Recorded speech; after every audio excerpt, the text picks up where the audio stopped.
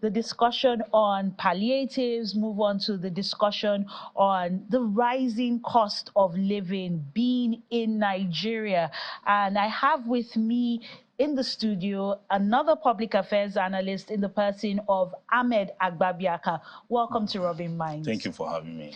So, Ahmed, I'm going to pose the question I posed to our earlier guest is, I want you to cast your mind back to the first few months of the year, say January and February, and just think about how much you spent on food, transportation, basic amenities, and then now cast your mind back to the past 2 months, so June and July. Can you see any differences, any discrepancies? What has changed for you, if anything at all? Well, a lot has changed for every Nigerian in terms of our expenditure and purchasing power.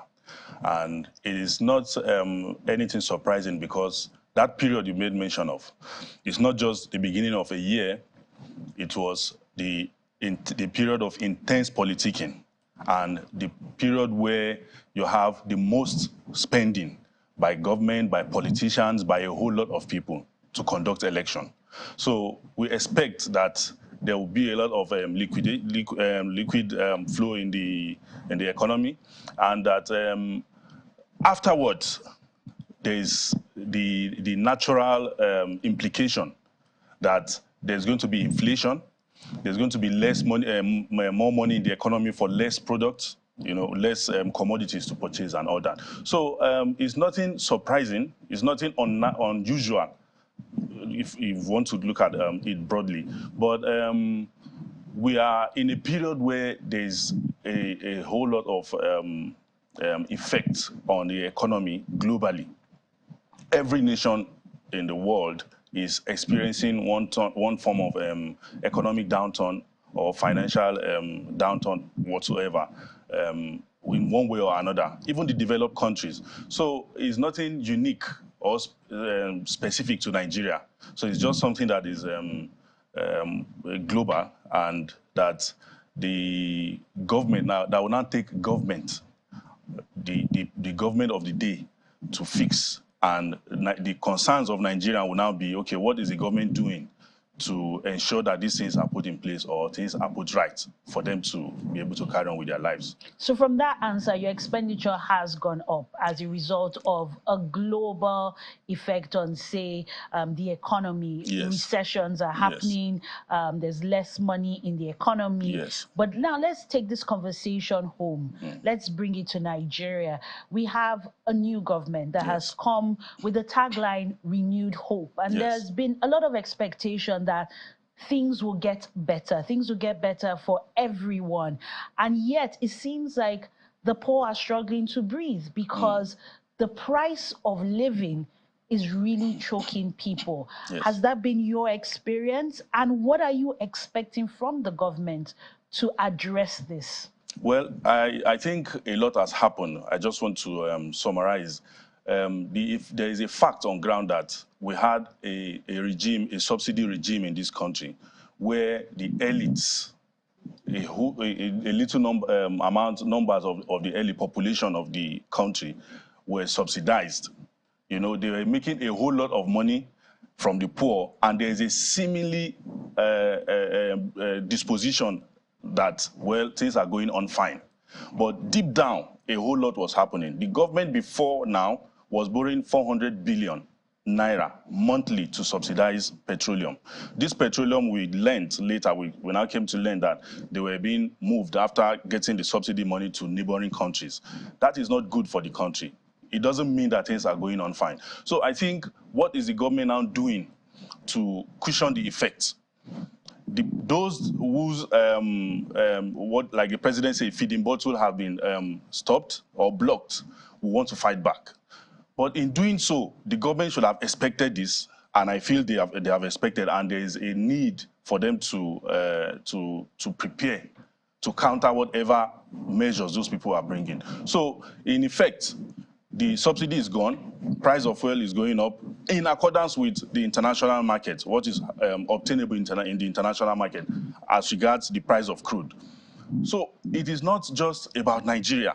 It is about saving for the future. During the election, there was a lot of talk about our So children. it's not just about Nigeria and saving for the future, but some will argue that it's a lot in a very short time. So there was a planned increase in the tariff for electricity, which has been put on pause. There was also the increase of the price of petroleum, that's fuel. Then you also have the floating of the naira. And all these things have ripple effects. So what it means is that if I'm spending, say, 50,000 naira to go about my daily activities as an entrepreneur and to also fuel my car or to use public transport, I might end up spending 100,000 naira. So because the naira has been floated, so and we're very dependent on import. So do you agree that all these things should have happened in quick succession, or should they have been, maybe they've taken their time to introduce some of these things? There are some things that are just basic. There are some things that have to go with immediate effect, and that is the subsidy and the floating of the naira. Subsidy regime have to go, and the floating of the naira just have to happen. Why did I say this? The government did something very important and very impactful. While this was going on, there were agencies that the government that were not even set up or that were not constituted by the government, that this government met. We can say it was an APC government taken over by another APC government. But before the government came in, there was a planned, in fact, ongoing increment in school fees in tertiary institutions. There was the plan by NERC or the electricity distributors or something, companies, to increase electricity tariff. When this government came in, these very important things, subsidy removal and the floating of the naira, have to happen. So they happen. No, but it happened. What happens to the people who don't understand the benefits for the next 5 years? What happens to the people who can't afford to go to their offices? What happens to the people who now can't afford to take their children to school 5 days a week? What happens to them? It is very important for us to also note that in the course of doing this, we had the school fees increment, that the planned school fees increment, or even ongoing school fee increment that predates this administration. Just a couple of days ago, the president said all the universities should put a hold on the increment in the school fees. There was also the issue of farmers not being able to go to their markets or go to their farms and all that. A whole lot happened recently, and that security has to be beefed up. The president laid down some guidelines about what he intends to do. The president came out and said he wants to speak in the plain language that the people understand. Now, what do we need to do? This has gone. There's a hold on removal of tariff, on the increase in electricity tariff. That is excellent. There's a directive to put on hold the increment in school fees. That is excellent. Now, in the agri sector, immediate release of a whole lot of fertilizers to ensure that the farmers get to have access to implements, to go to their farms. And, these things are very important. If we check, there is a whole lot of noise that has been going on. The real impact has been acknowledged by the president. When people say, let the poor breathe, it was his slogan, it was his mantra that the poor has to breathe, and there is a renewed hope.